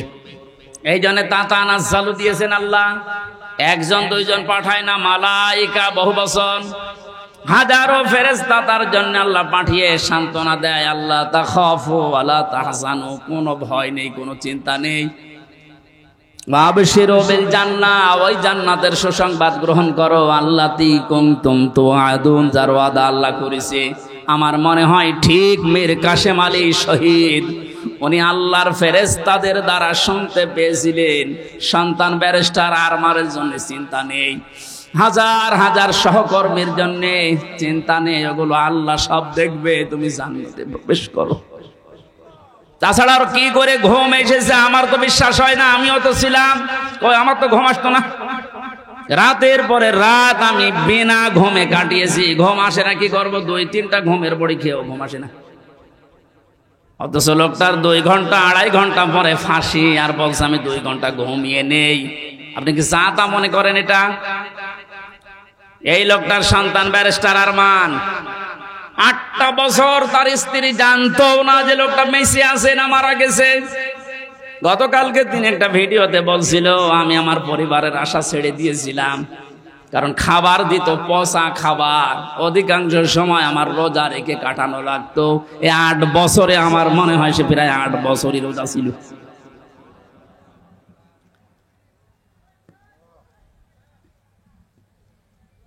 কোথায় পৌঁছিয়েছে তারা এই মানুষগুলো? আর উল্টা পাল্টা এখনো পর্যন্ত অনেক জালেমের দোসররা ধারণা করে যাচ্ছে যে কি করেছি যে আমাদের দেশ থেকে তাড়িয়ে দিল। কি করেছেন আপনি টের পাচ্ছেন না? আপনি যদি কিছু না করেন, আপনার শুধু আইনা ঘরের কারণে ফাঁসি হওয়া দরকার। মানবতার সাথে যেটা কত বড় মারাত্মক অপরাধ আপনি টের পাচ্ছেন না এখনো? যারা ছিল তাদেরকে একটু জিজ্ঞাসা করেন। ব্যারিস্টার ব্রিগেডিয়ার আমান আজমি ভাই শেষ পর্যন্ত এ কান্না জড়িত কণ্ঠে বলেছে যে আমি সূর্যের আলো কি এই 10-12 বছর দেখি নাই। এদিকে 1.5 হাত, ওদিকে 1.5 হাত। আমার যে মাটির নিচে ছিলাম ওখানে তাও তো এদিকে 3.5 হাত, এদিকে 2.5 হাত ছিল, আর ওনার আরো ছোট।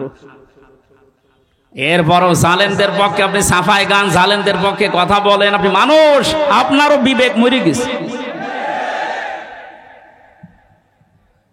মজলুম অবস্থায় এখনো আছে, এখনো পর্যন্ত অসুস্থ, আমার শরীর এখনো স্বাভাবিক হয়নি, এখনো মুসাফির অবস্থায় আছে। দোয়া করছে আল্লাহ কিয়ামতের আগে কোন জালেম যেন এই দেশে আর ফিরে আসতে না পারে। আমরা যারা আছি এই দেশে এখন, আমাদের আলেমদের উচিত হবে নবীরা রসুলরা তাদের যে পরিচয়গুলো আল্লাহ তুলে ধরেছিলেন, নবীর কাজ কি, রসুলের কাজ কি, এই পরিচয়গুলো আমরা এখন জনগণের সামনে তুলে ধরবো। তাদের কর্মসূচি 6টা। কয়টা?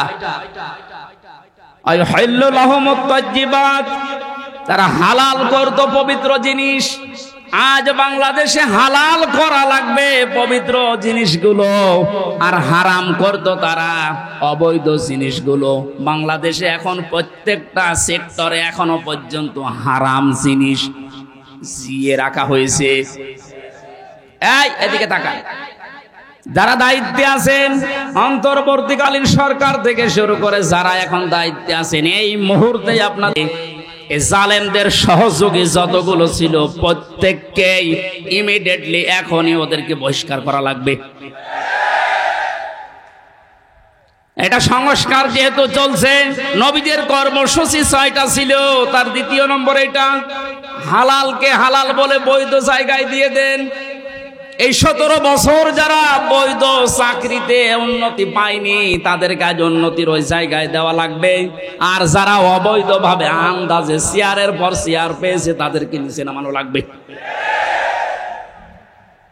ইসলামী ব্যাংক থেকে শুরু করে বাংলাদেশের যত ব্যাংকিং ব্যবস্থা, বিচার ব্যবস্থা, প্রশাসন, ব্যবসা, প্রত্যেকটি দিক আর বিভাগে যেহেতু সংস্কার আরম্ভ হয়েছে, এই সংস্কার ইমিডিয়েটলি কয়েকদিনের ভেতরেই করা লাগবে। এখনো পর্যন্ত এই হারাম খোর যারা, এদের এই অভ্যাস এখনো যাবে না। বলছেন না হুজুর দোয়া করেন। নূহ নবীর চাই থেকে আমি বড় হয়ে গেছি। নূহ নবী দোয়া করেছিলেন না? কি বলেছিলেন? লা তাযারা আলাল আরদি মিনাল কাফিরিনা দাজ্জারা ইন্নাকা ইন তাযারহুম ইউদিল্লু ইবাদাকা ওয়ালা ইয়ালিদু ইল্লা ফাজিরান কাফারা। হে আল্লাহ, বহু চেষ্টা করেছি এদের পেছনে, 950 বছর দাওয়াত দিয়েছি। এদের যে চরিত্র, এদের আন্ডা বাচ্চা পর্যন্ত যেন জমিনে একটাও না থাকে, কারণ যেটা থাকবে ওর পেট থেকে যেটা আসবে ওইটাও হবে এরকম হারাম। এই জন্য জুলুমের পুনরাবৃত্তি আমরা আর দেখতে চাই না। এটা মারাত্মক একটা অপরাধ, সবচাইতে বড় অপরাধ এই গুম। এটা মানুষকে আপনি মেরে ফেলতে পারতেন, সংবাদ দিতেন যে লোকটা মরে গেছে। দেরাওয়ার ভাইয়ের সন্তানের সাথে নাটোরে যা করেছে আপনি কি জবাব দেবেন বলেন তো? মেরে লোকটাকে ঘরের ভেতরে আপনি আটকিয়ে রাখলেন, পরের দিন জানতে পেরেছে জনগণ, এটাও মোবাইল ট্যাগ করে যে অমুক জায়গায় মরে পড়ে আছে। এই বিশ্বাসঘাতক এই জালেমকে যদি এখন নাটোরবাসী মাফ করে দেয়, তো কি জবাব দেবেন আপনি আল্লাহর কাছে আর এই দেলাওয়ারের কাছে? বলেন, আপনার ছেলেটা যদি হয়তো আপনি টের পেতেন। আমি একটু টের পেয়েছি, তাই আমার মুখ দিয়ে বরদোয়া চলে আসছে। আমার মেয়েটা আমাকে আজ পর্যন্ত চেনে না। 3টা বছর আমার যোগাযোগ বিচ্ছিন্ন রেখে দিয়েছিল শয়তানরা। ওরে আমি 8-9 মাস রেখে গিয়েছিলাম, এখনো তো বয়স 4 বছর। আমার এখনো পর্যন্ত আমার কাছেও আসে না, আমার ডাকেও না, আমার কাছে আসে না। কারণ হচ্ছে মনে করো বিভিন্ন হুজুর আসতো, ওই রকম একজন হুজুর। আমি জেলখানা থেকে যেদিন বের হয়ে বাড়িতে গেলাম, আমার বসে হুজুর আমাদের বাড়ি চলো না। আপনি হাসতেছেন, আমার মনের ভেতরে কত দুঃখ জানেন। আমার নিজের মেয়ে আমার চেনে না। যে জালেমদের কারণে, জুলুমের শিকার হওয়ার কারণে ওদেরকেও যেন ওদের বংশধররা না চেনে। বলে মাফ করে দেন। মাপ আপনি এই জায়গায় থাকলে আপনার মুখ দিয়ে মাপ বের হইতো না। কিসের মাপ? সংস্কার যখন চলছে, নবীদের কর্মসূচি 6টা, এই 6টার ভেতরে 1 নম্বরে এইটা যে হালাল জিনিসকে হালাল জায়গায় নিয়ে এসে বৈধতা দান করেন। সুতরাং এই মুহূর্তে বাংলাদেশের সবচাইতে বড় কাজ হবে, যারা এতদিন পর্যন্ত জুলুমের শিকার হয়ে ওই জায়গায় যেতে পারেনি, ব্যাংকিং ব্যবস্থা বলেন, বিচার ব্যবস্থা বলেন, প্রশাসন বলেন, ব্যবসা বলেন, আজ ওদেরকে ওই জায়গাগুলোয় পৌঁছিয়ে দেওয়া লাগবে। আর হারাম কাজ যেগুলো হারাম হিসাবে হারাম ঘোষণা দেওয়া লাগবে। হারাম এ দেশে নেই, এই কথা বলেন না কেন? বহু অবৈধ জিনিস অলরেডি বন্ধ হয়ে গেছে, সামনে আরো বন্ধ হবে ইনশাআল্লাহ। কোরআনে কারীম থেকে আবার বলছে, আল্লাহ রাব্বুল আলামিন জানিয়েছেন, হে পৃথিবীর মানুষেরা, 3 নাম্বার নবীদের কাজ ছিল সৎ কাজে আদেশ করবে, তারা অসৎ কাজে বাধা দেবে। আজ বাংলাদেশ জামাতে ইসলামীর সর্বোচ্চ দায়িত্বে যিনি আছেন ডাক্তার শফিকুর রহমানের দিকে আপনি তাকান। 4টা দিন এই লোকটার সাথে আমি এক ঘরে ছিলাম, কাশিমপুর কারাগারে। এটা মানুষ বলা যায় না, আমার মনে এটা ফেরেশতা। তার যে ঈমান কোন পর্যায়ে আপনি তার সাথে না মিশলে বুঝবেন না। মনে করছেন জামাত ইসলাম, না, কিসের জামাত? সে জামাতের ঊর্ধ্বে। লোকটাকে আমি একদিন বলছি, স্যার আমি তো 3 বছর আছি, আমিও যোগাযোগ বিচ্ছিন্ন, ওইভাবে বলতে পারি না, আমারে দেয় না। আমার আর মাওলানা মামুনুল হককে মোবাইল দিত না, অন্য সবাইকে দেয়, আমাদের দেয় না। হেফাজতের আরো যারা আলেম ছিল তাদের দিত না। ওনাকে দেওয়ার পরেই দেখলাম 4 তলায় দিয়েছে। দেখা করতে যে বললাম, স্যার এখানে একটা উপায় আছে, আপনি যদি অনুমতি দেন তাহলে আপনাকে কারারক্ষীদের মাধ্যমে একটা কায়দা করে মোবাইল এনে দিই, ছোট মোবাইল, আপনি কথা বলতে পারবেন চুরি করে। কি বললে? কার সাথে কথা বলবো? অথচ তার ছেলেটাও পাশের জেলে আছে, তার ছেলেও ডাক্তার, পাশের এক বিল্ডিং পরে তার ছেলে জেল খাটতেছে। কি হিন্দাল সার্কিয়া, কি শয়তানি নাম, উল্টোপাল্টা নাম দিয়ে মামলা করছে। তার স্ত্রী অসুস্থ হয়ে পড়ে আছে, সে যে একটু খবর নেওয়ার জন্য, না কার সাথে কথা বলবো, আমার বলছে, হামজা আমি সবাইকে, আমার দল সহ সবাইকে আমি আল্লাহর কাছে দিয়ে এসেছি। এই কঠিন মুহূর্তে এই কথা মুখ দিয়ে বের হওয়া, আপনি মনে করছেন এ আর কি? আপনি জায়গা মতো জানতো আপনার মুখ দিয়ে কথা বের হয় কিনা? 5 তারিখের পর থেকে এই লোকটার যে উদ্যোগ দেখতে পাচ্ছি, আজ আমরা সারা বাংলাদেশ সহ যে অ্যাক্টিভিটিস, যে কাজগুলো, সৎ কাজের আদেশ, অসৎ কাজে বাধা দেওয়ার জন্য যে ভূমিকাগুলো পালন করছে, আমার মনে হয় এভাবে যদি আল্লাহ চালায়, কিছুদিনের ভেতরে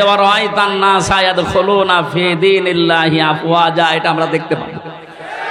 এখন অলরেডি শুরু হয়ে গেছে। আল্লাহর দিনের ভেতরে মানুষ এখন দলে দলে পালে পালে প্রবেশ করছে, তাদের অন্তত বিবেক একটু জাগ্রত আছে। আজ বহু শিক্ষিত মানুষ, আমি কথা বলি তো মাঝে মাঝে, দেখি না বলছে আর কি করব, জীবনটা নষ্ট করে ফেলেছে জালেমের কথা শুনে, বাকি জীবনটা অন্তত ইসলামের কাছে দিয়ে আখেরাতটা তৈরি করে।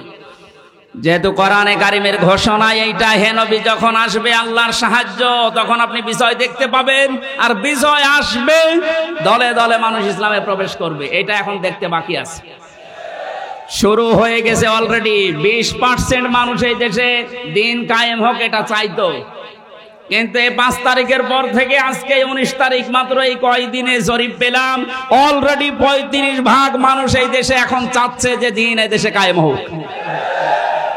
এভাবে চলতে থাক, দেখবেন 51% পার হয়ে যাবে অন্তত কিছুদিনের ভেতরে। আর 51% হয়ে গেলে দেশে ইসলাম কায়েম করা কোনো দাদা ঠেকাতে পারবে না। আমরা ওইটা দেখার আশায় আছি। কথা বলেন। নবীজির কর্মসূচি, আমি এক একটা শব্দের ভেতরে লক্ষ লক্ষ কথা, আমি এত ব্যাখ্যা করতে গেলে এই যে গলা বসে যাচ্ছে, মাইকটা আমার মন মতো হয়নি। 2 নম্বর প্রচন্ড গরম, তো ভেতরে ঘেমে ঘাম গায়ে বসে যাচ্ছে, এই জন্য গলা বসে যাচ্ছে। বোঝা নামিয়ে দেবে, এটা নবীদের কর্মসূচির ভেতরে ছিল। বোঝা নামিয়ে দেয়নি আল্লাহ। এরপরে ছিল বন্দিত্ব অপসারণ করা। বন্দিত্ব অপসারণও চলছে আজ। আমার যা বিশ্বাস, এই দেশে যারা স্বাধীনতা চায়, যারা এই দেশে মানুষের মত প্রকাশের স্বাধীনতা একেবারে সব জায়গায় দিতে চায় যে সবাই সবার মন মতো চলবা। একটা মানুষও যদি এই দেশে জন্মগ্রহণ করে সেই দেশের বৈধ নাগরিক। জামাতে ইসলামী বাংলাদেশের কেন্দ্রীয় আমির যিনি ডাক্তার শফিকুর রহমান ঘোষণা অলরেডি দিয়ে দিয়েছে, এই দেশে আমরা সবাই এক পরিবার। সুতরাং জালেম যারা বাইরে চলে গেছে, জালেমরা যেন কিয়ামতের আগে আর না আসে। বলেন, সবাই যেহেতু আমরা এক পরিবার, একটা পরিবার যেভাবে থাকে আমরা এদেশে এখন ওইভাবে থাকতে চাই। রাষ্ট্র সংস্কার অলরেডি চলছে, বন্দিত্ব যারা ছিল এখন তাদেরকে মুক্ত করার এই সংস্কারও চলছে। বিনা কারণে যারা বিনা বিচারে আটক অবস্থায় ছিল, আল্লাহ যেন এটাও তাড়াতাড়ি খুব দ্রুত করে দেন। বলেন আমিন। নবীদের এখান থেকে আমরা যারা উম্মত, তাদের 4টা কাজ এই মুহূর্ত থেকে শুরু করা লাগবে। 1 নম্বরে আল্লাযিনা আমানু, যারা ঈমান আনার দরকার আমাদের এখন। ঈমান এখন বলেন আমার ঈমান নেই মানে আমি মুসলমানের ঘরের সন্তান, আমার বাবা ঈমান, ঈমানদার দাদা ঈমানদার, আমিও ঈমানদার না। ঈমানদারের প্রকাশ হচ্ছে আল্লাহর কোরআনে যে নিয়ম নীতিগুলো আছে ওইগুলো বাস্তব বিশ্বাস করে দেখানো। এটা এখন দেখাতে পারবো না ইনশাল্লাহ।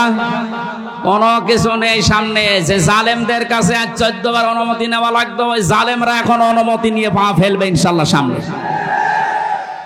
গতকালকে গিয়েছিলাম ফরিদপুরে, মাসখানেক আগেও ছিল আমার মাহফিল ওই গ্রামে, অথচ জালেমদের 14 জায়গায় অনুমতি নিয়ে আমার উঠতে দেয়নি। বলে না, ওনারা বাদ দিয়ে। অথচ গতকালকে যাওয়ার পরে সভাপতি আমার বলছে, হুজুর যে জালেমগুলো বাধা দিয়েছিল ওরা এখন বলছে হুজুরকে এবারে এনে দিন। দিন পাল্টে অলরেডি গেছে। এদিন বদল যখন শুরু হয়েছে, সংস্কার চলছে। যেখানে যেখানে জুলুম অত্যাচার, ছাত্র ভাইরা যারা আছে ঐক্যবদ্ধ হয়ে এই জুলুমের অবসান ঘটানোই লাগবে ইনশাআল্লাহ। বহু ব্রিজ এই দেশে আছে যেখানে ফেরেশতারা মনে হয় টোল নিত। আমার কুষ্টিয়ার এই যে মেহেদি রমি ব্রিজের যে টোল, এক শয়তান নাকি আদায় করতো। 5 তারিখে স্বাধীন হওয়ার পরে বিকালে ওটা উড়িয়ে দিয়েছে, এখন সবাই খুশি। এরকম বহু জায়গায় অবৈধভাবে যারা টোল তুলতো, এই টোল গুলো যেন সব ভেঙ্গে গড়িয়ে মাটির সাথে মিশিয়ে দেওয়া। আমাদের ঈমান তাহলে 2 নম্বরে নবীদেরকে সাহায্য করা। নবী যেহেতু নেই, নবীর উত্তরাধিকারী এখন যারা, নবীর অনুসারী এখন যারা কাজকর্ম চালাচ্ছে ইসলাম এই দেশে নিয়ে আসার জন্য, তাদের সাহায্য করা আমাদের কর্মসূচির ভেতরে নিয়ে আসতে হবে। আমি এটা বানিয়ে বলছি। সূরা আরাফের 157 নম্বর আয়াত আপনি বাড়ি যেয়ে তাফসীর আকারে পড়েন, এইটা পাবেন। 3 নম্বরে তাদের সাহায্যে যাওয়া লাগবে। সুতরাং আজ যারা এই দেশে একামতে দিনের দায়িত্ব পালন করছে, আপনি তাদের সাহায্যে যান, দেখেন তাদের অ্যাক্টিভিটিস, তাদের কর্ম, তাদের চরিত্র কি, এগুলো দেখে যদি আপনার ভালো লাগে আপনি তাদের সাহায্য করেন। 4 নম্বরে তাদের সাহায্য শুধু করবেন না, এদের ওপরে যে নূর আল্লাহ নাজিল করেছে নবীদের ওপরে, এই নূর মানে কোরআন শরীফ, এই নূরের বাস্তবায়ন যেন হয়। এই নূর দেখে দেখে সামনে আমাদের পথ চলা লাগবে। আল্লাহ এই 13টা জিনিস আমাদের জীবনে যেন এনে দেন। বলেন আমিন। আমি আমার এই ছোট্ট ঈমান থেকে এবং ছোট্ট জীবন থেকে যেটা দেখলাম, বাংলাদেশে যারা একামতে দিনের দায়িত্ব পালন করছে এবং সামনে করবে, আমি গ্যারান্টি দিতে পারি এ মানুষগুলোর ভেতরে যদি 4 আনা দুর্নীতি কোনোদিন পান, তাহলে আপনি সঙ্গে সঙ্গে আস্তাগফিরুল্লাহ বলে মুখ ফিরিয়ে চলে আসবেন। আমার বিশ্বাস, আমি যা পেয়েছি, যা দেখেছি, 4 আনা দুর্নীতি এদের ভেতরে পাবেন না। এই জন্য অনেক নাস্তিক পর্যন্ত আজ বলতে বাধ্য হচ্ছে, এরা যদি 5টা বছর চালাতে পারে এই দেশে শান্তি কাকে বলে আপনি দেখতে পারবেন। আল্লাহ তুমি তোমার কোরআনে কারিম এই দেশে কায়েম করে দাও, এটা আমরা দেখতে চাই। আল্লাহুম্মা আমিন। লা ইলাহা ইল্লা আনতা সুবহানাক ইন্নী কুনতু মিনাজ জালিমিন। রব্বানা যালামনা আনফুসানা ওয়া ইল্লাম তাগফির লানা ওয়া তারহামনা লানাকুনান্না মিনাল খাসিরিন। রব্বুল আলামিন, সারা জীবন অপরাধ করে জীবনটা নষ্ট করে ফেলেছি। হাত ওঠায় কথা বলবো ভয় করে, লজ্জা করে। যেহেতু তুমি স্বাধীনতা আমাদের এনে দিয়েছো, এ দেশটা তুমি মুক্ত ভাবে কথা বলার পরিবেশ দিয়েছো, আল্লাহ তাআলা তোমার আইনগুলো এ দেশে মুক্ত করে দাও। চর্ম চোখে যেন দেখতে পারি তোমার কোরআন দিয়ে এ দেশটা চলছে। আল্লাহ কোরআনের এই আয়োজনে যারা আঞ্জাম দিল এই মানুষগুলোকে কবুল করো। নূহ নবীর মতো আমরাও দোয়া করছি, লা তাদার আলাল আরদি মিনাল কাফিরিনা দাজ্জারা। শহীদ আল্লামা দেলাওয়ার হোসেন সাঈদী সহ যত মানুষ দ্বীনের জন্য তোমাকে রব বলে টিকে থাকার জন্য ফাঁসির দড়ি গলায় নিয়ে শহীদ হয়ে জীবনটা দিয়ে গেল, আল্লাহ তাদের শাহাদাতের সর্বোচ্চ মাকাম দান করো। যে ছাত্র ভাইরা, ছাত্র বোনেরা, আল্লাহ তাআলা এই দেশটাকে জালেমের কবল থেকে মুক্ত করে স্বাধীনভাবে আমাদেরকে চলাফেরার সুযোগ করে দিয়ে গেল, তাদের জীবনটা তুমি শাহাদাতের সর্বোচ্চ মাকামে নিয়ে যাও। শহীদ আবু সাইদ ভাই, শহীদ মুগ্ধ ভাই সহ, শহীদ আবু রায়হান সহ আমি নাম না জানা 14 জন মানুষ আমার সামনেই কুষ্টিয়া থেকে বিদায় নিয়ে গেল 5 তারিখে। যত মানুষ সারা বাংলাদেশে বিদায় নিয়েছি, আল্লাহ এদেরকে তুমি জান্নাত দিয়ে দাও। আমরা অনেকে অসুস্থ আছি, আমাদেরকে শেফায়ে কামেলা আজেলা নসিব করো রব্বুল আলামিন। বহু মানুষ এখানে এসেছে, মনের ভেতরে কার কি কামনা বাসনা আছে আমি জানি না, যার যে চাই আশাগুলো নিয়েছে আল্লাহ পূরণ করে দাও। বড় স্বপ্ন দেখি আল্লাহ দেশটাকে নিয়ে, বড় স্বাদ জাগে তোমার কোরআনের আইন দিয়ে দেশটা চলছে এটা দেখার। জীবনে কিছু যদি তোমার ভালো না লাগে, হাজার হাজার বান্দা বান্দীদের দোয়া কবুল করো আল্লাহ, এটা দেখে মরার তৌফিক দাও। কোরআনের পাখির সারা জীবনের স্বপ্ন ছিল এদেশে ইসলাম কায়েম হবে, কালামার পতাকা পথ পথ করে উঠবে, তিনি দেখে যেতে পারলেন না। আল্লাহ তুমি আমাদের চর্ম চোখে এটা দেখার তৌফিক দিয়ে দাও। আল্লাহুম্মা গফিরলি ওয়ারহামনি ওয়াহদিনি ওয়াফিনি ওয়ারযুকনি ইয়া রাব্বাল আলামিন। নাটোরের সন্তান আল্লাহ তাআলা অধ্যাপক দেলাওয়ার ভাই তার সন্তানটাকে হারিয়েছে, যেই জালেমের কারণে তার সন্তানটা বিদায় নিও আল্লাহ তুমি জালেমকে ছাড় দিও না, তার সন্তানকে শাহাদত হিসাবে কবুল করে নাও। মাহফিলের যত অতিথি এসেছি আল্লাহ কোরআনের এই খাদেমদেরকে তুমি কবুল করো, মা বোনদেরকে তুমি পর্দায় থাকার তৌফিক দাও। এলাকায় মাটির নিচে যত মানুষ ঘুমিয়ে আছে কোরআনের ইজ্জতে মাফ করে দাও। আগামীতে এই অনুষ্ঠানটা কোরআনের প্রচারের জন্য বিশাল আকারে কবুল করো। কখন কার কাছে আজরাইল আসে জানি না। রব্বুল আলামিন আবার বলছি, তুমি জালেমদেরকে আর এই দেশে প্রতিষ্ঠা দিও না। আজরাইলকে দেখে যেন বলতে পারি লা ইলাহা ইল্লাল্লাহু মুহাম্মাদুর রাসূলুল্লাহ। আসসালামু আলাইকুম।